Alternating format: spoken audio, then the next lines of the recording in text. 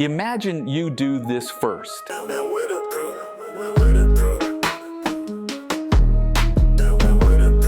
And then this happens to you. Finding the shot again, and he's upping the tempo. He has a flow and a rhythm to his when he's showboating.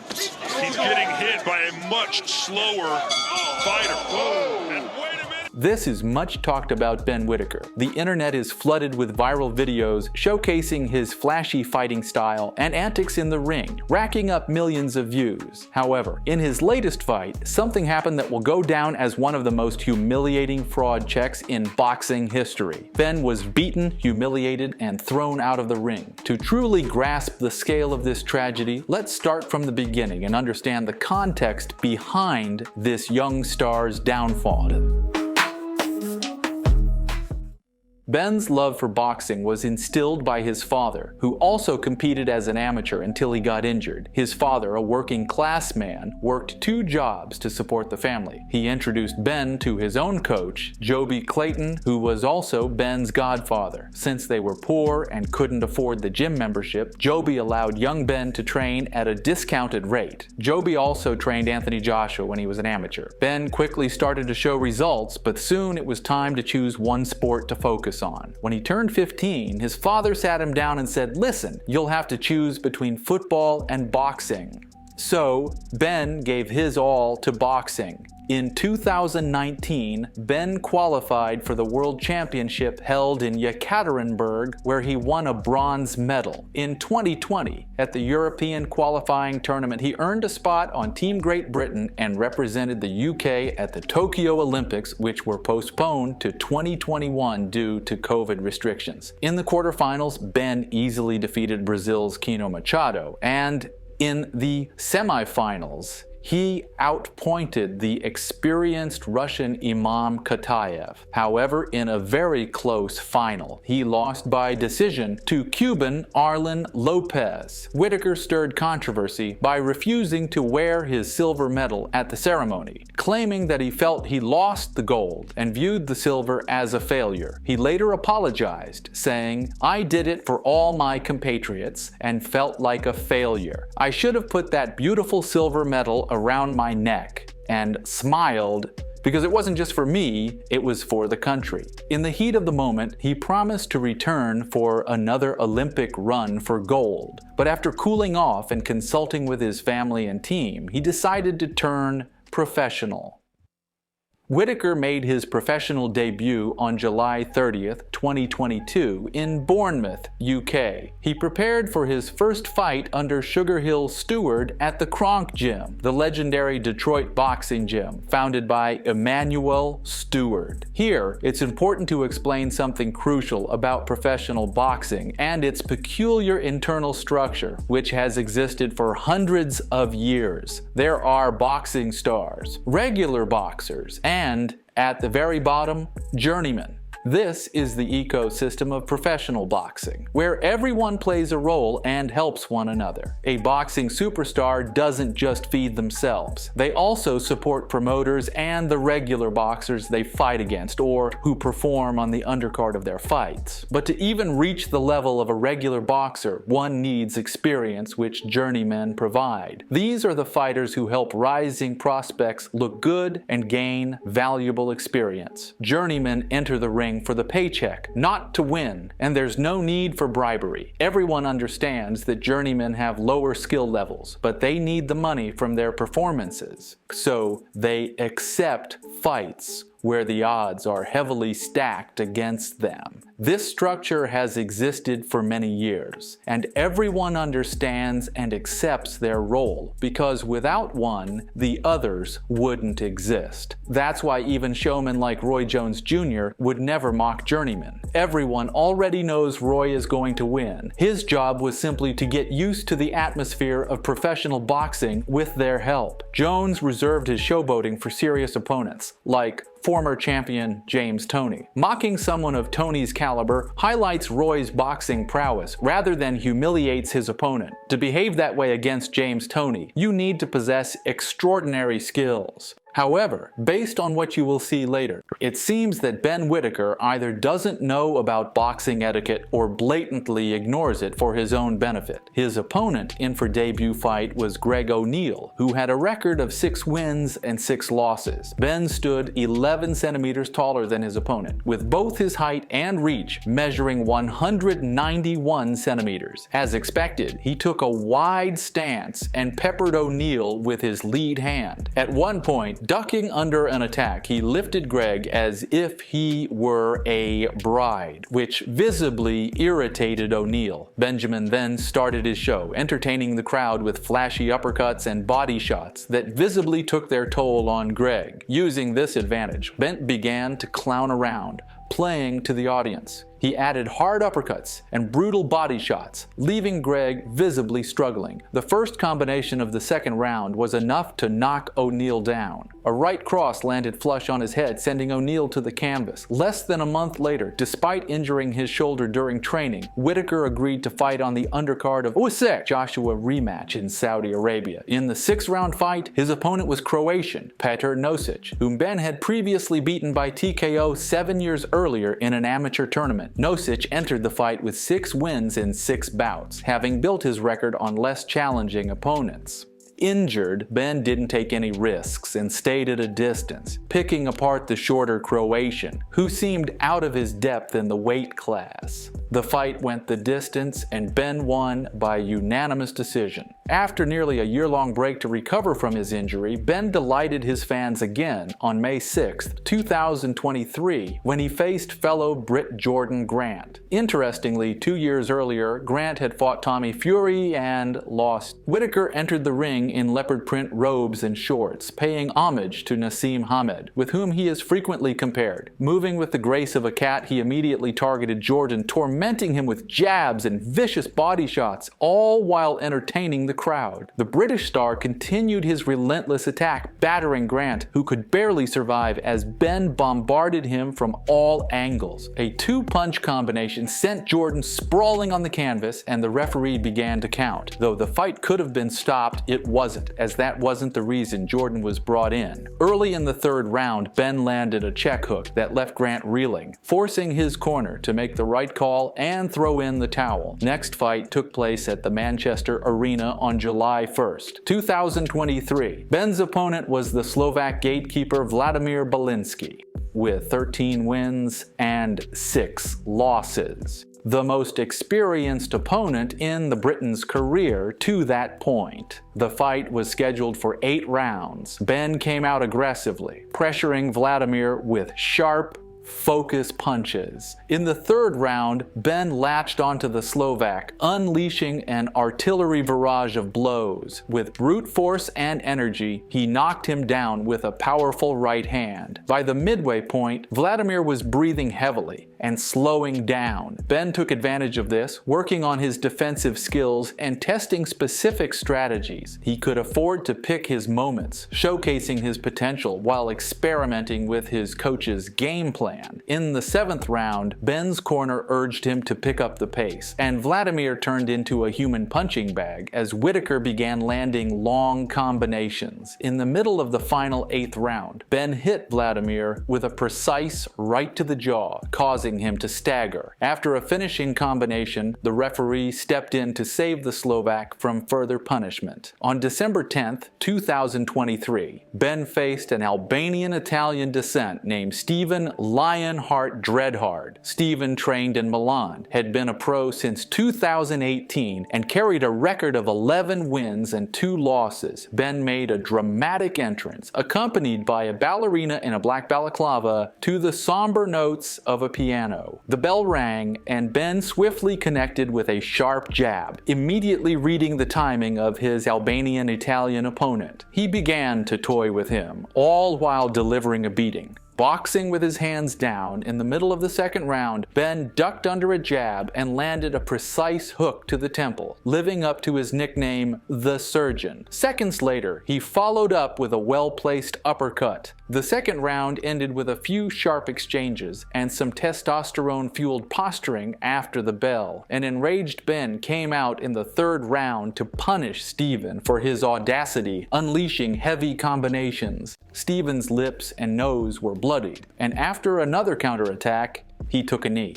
Ben eased off the pressure to show off for the cameras, which annoyed the referee, who repeatedly stopped the fight, urging the fighters to stop showboating and get back to business. In the fourth round, Ben nearly decapitated Steven with a combination of an uppercut and a hook, but it missed by a few centimeters. In the fifth round, Ben landed a crushing body shot straight to Khalid's spleen, forcing him to retreat, followed by a rain of crosses and hooks on the staggering Frenchman. Khalid could no longer withstand the punishment and collapsed along the ropes, forcing the referee to stop the fight and spare him from further damage. We arrive at the sixth professional fight in the career of the British boxer. However, it was this fight that made him an internet star, generating highlight reels with millions of views. Within just 24 hours after the fight, it earned Whittaker more than 100,000 new followers on Instagram. London, Wembley Arena. The opponent, 41-year-old French journeyman Khalid Gradia. Ben, sticking to his usual style, threw a lot of jabs, following up with the rear hand. He was dishing out punishment to Khalid in every possible way, entertaining the crowd and making them gasp in amazement at each of his tricks. Pinning Khalid's resistance with his lead hand, Ben began adding more shots, and bam! A hidden left body shot turned the poor guy's liver into foie gras.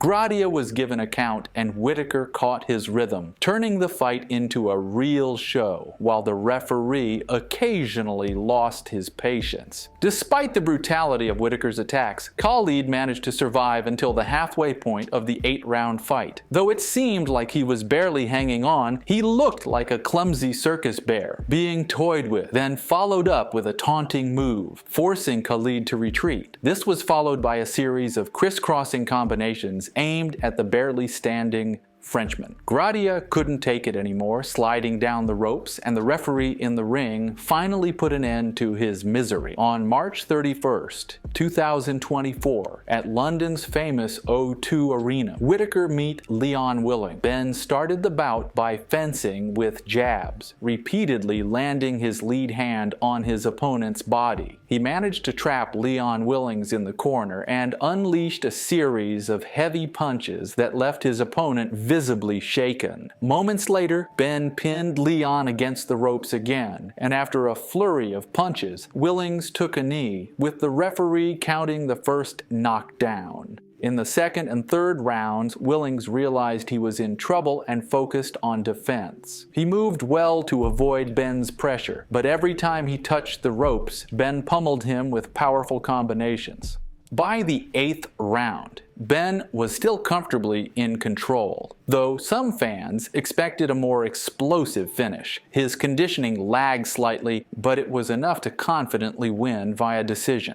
On June 15th, Ben faced undefeated Nigerian puncher Ezra Onyeka, who had won 10 of his 12 fights by knockout, although his record had been padded with weak opponents. This marked Ben's first 10-round fight and his first shot at a professional title. Ezra tried to surprise Ben with sudden attacks, but Ben cooled his aggression with sharp counterpunches. In the second round, Ben showcased excellent counterpunching, with Ezra taking several hard shots as he tried to close the distance. By the fight's halfway point, the Nigerian seemed to be merely surviving, absorbing damage. After the bell, Ben mockingly invited Ezra to another corner, taunting him, only to receive a headbutt to the chin in response. In the 8th and 9th rounds, a tired Onyeka was completely outclassed. In the final moments, Ben delivered a liver shot and a combination of punches that left Onyeka dazed and retreating. Ben controlled the fight from start to finish, never shifting into full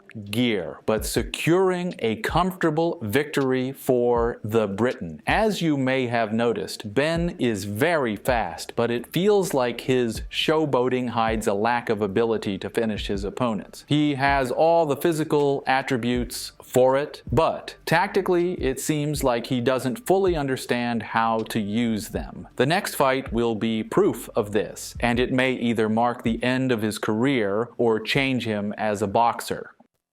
On October 12, 2024, on the undercard of the Dmitry Bivol versus Artur Beterbiev fight, Ben defended his IBF International Light Heavyweight title against Liam Cameron. Despite Cameron's 23-6 record, he was a tougher opponent than Ben's previous challengers, having fought for several minor titles, though only winning one. This was a logical step up in competition for Ben Whittaker, which he was expected to handle without any issues. As soon as the bell rings to start the fight, Liam Cameron immediately moves forward and attacks with a jab, but Whittaker quickly takes control of the center of the ring. Whittaker measures the distance with his lead hand, but his opponent doesn't let him settle, knocking his hand down and following up with a couple more jabs. In response, Whittaker starts to attack with long jabs and once again pressures Liam towards the ropes. Whittaker uses one of his signature setups, a quick light jab to provoke his opponent to counter. Then he pulls back and lands a powerful jab of his own. Feeling comfortable, Ben throws one of his signature body shots, a left hook to the body without any setup. His opponent tries to counter with a jab but misses, forcing Whittaker to move backward. Notice that Ben moves his head back first, followed by his feet. This will affect him in later rounds. Cameron attempts to close the distance with a sloppy left hook, but Whittaker pivots away, putting his opponent with his back to the ropes. Both land jabs in the exchange that follows. Whittaker demonstrates one of his signature visual moves, throwing many straight punches at the block,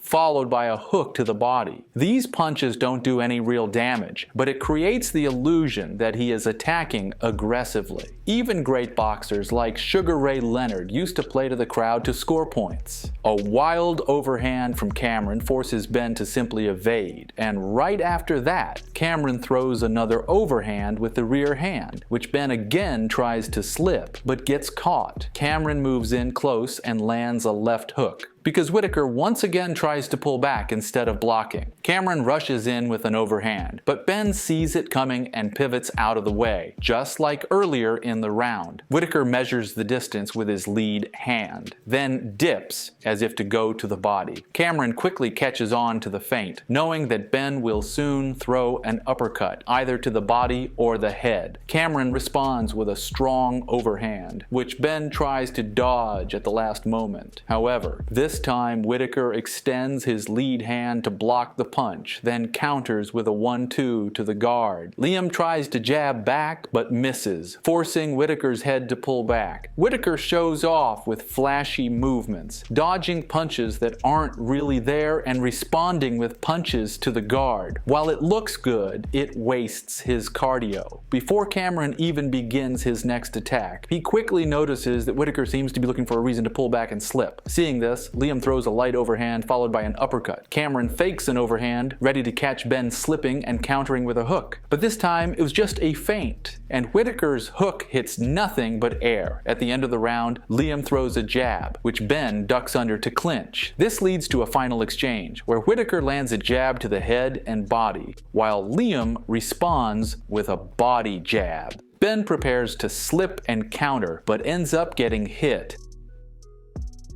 Round 2 starts with pressure from Liam Cameron, who shows no fear of Whittaker, using his jab to chase Ben all around the ring. Whittaker tries to respond, but his punches are just a lot of jabs to the guard. Liam fakes moving forward, and Whittaker falls for it. Liam does this 2 more times, and out of frustration, Ben punches the air. Cameron sees Whittaker shifting and throws a jab. Ben doesn't raise his guard, attempting to slip from an awkward position. He misses and ends up against the ropes, where Liam unloads a combination of punches. Whittaker nervously smiles in the clinch, trying to whisper something to his opponent, but receives an overhand punch in response. By the middle of the second round, Cameron has figured out Whittaker's timing. He blocks Ben's jab and quickly counters with a hook. The punch seems much faster now, as Liam knows the exact moment to throw it. Afterward, Ben once again hits Liam's guard with straight punches. But notice the effect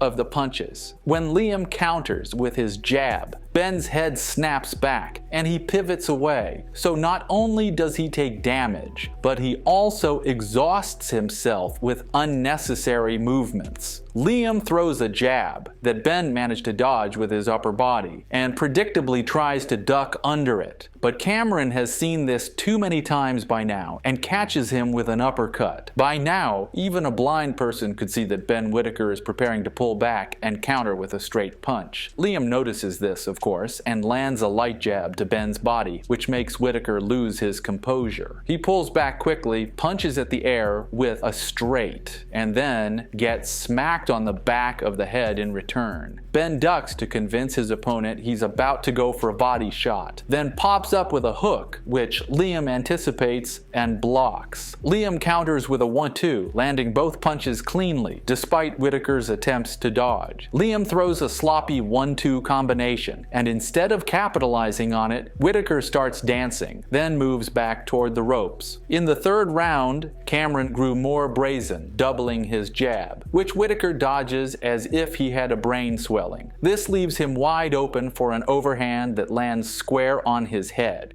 Liam rushes in with 2 hooks, and once again Ben tries to slip away by pulling back. This highlights one of Whittaker's main issues. Instead of using his legs first and then his upper body, he constantly relies on his head and torso for evasion. This often puts him in situations where his head is near the ropes, while his feet are still in the middle of the ring. It's a beginner-level technical error that Whittaker makes in every fight. By now, it's clear that all the unnecessary jerking around has tired Ben out, and he starts backpedaling around the ring. His opponent feints a body shot, but follows up with an overhand to the head and then an uppercut. This combination rattles Ben. In response, he throws a combination at the guard, followed by a clinch, where Whittaker gets positioned into a compromising spot. How would you describe this position? Let me know in the comments. By the 4th round, Whittaker had lost so much credibility that his opponent started showing off right in front of him, even taunting him with his tongue. Immediately after, Liam brazenly landed a straight, an overhand, and a body hook. Just when Ben thought the assault was over, Liam added another overhand for good measure. With each passing minute, Liam showed Whittaker less and less respect. A single overhand shook Ben's head violently. By the end of the round, multiple punch combinations were landing cleanly on Whittaker. Ben tried to smile and respond, but at this point his movements were glitching. In the 5th round, it became obvious right from the start that Ben no longer believed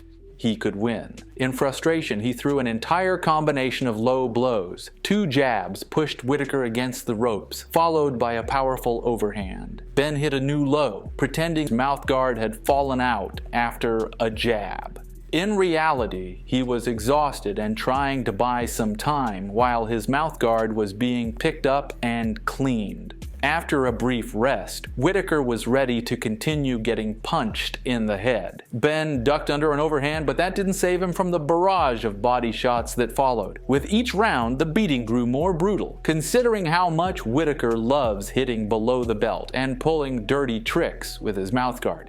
It's no surprise that by the end of the 5th round, we saw a bizarre clinch where both fighters fell out of the ring. But Liam Cameron quickly got back up, ready to keep fighting, while Ben Whittaker, after consulting with his corner, claimed to have a serious leg injury. You'd think after a fighter says he can't continue, Liam would be awarded a TKO victory. At the very least, because of the strange clinch, it should have been ruled a no contest. But let's not forget that promoters have big plans for Ben Whittaker. So, for the first time in boxing history, despite the fight going into the 5th round, the organizers decided to count only the first 4 rounds and announce a draw based on the judge's decision. It's easy to explain. They had to salvage Ben Whittaker's career somehow. They clearly wanted to avoid a technical knockout loss and ignored the 5th round, because Ben lost it so badly that no one would believe any other result. So they decided to score just the first 4 rounds, where the only round that could arguably be given to Whittaker was the first. Since the number of rounds was even, they conveniently declared a draw. In this way, the organizers, judges, and referee did everything they could to save Ben Whittaker, boxing's supposed future star. However, the place where he truly needs saving isn't in the ring, but in the gym. He needs to learn that just being fast isn't enough. Even at the mid-tier level of boxing, attacks need to be planned and set up, not just random punches to the head or body. Most importantly, someone needs to remind Whittaker that he has legs, which should be used when getting hit.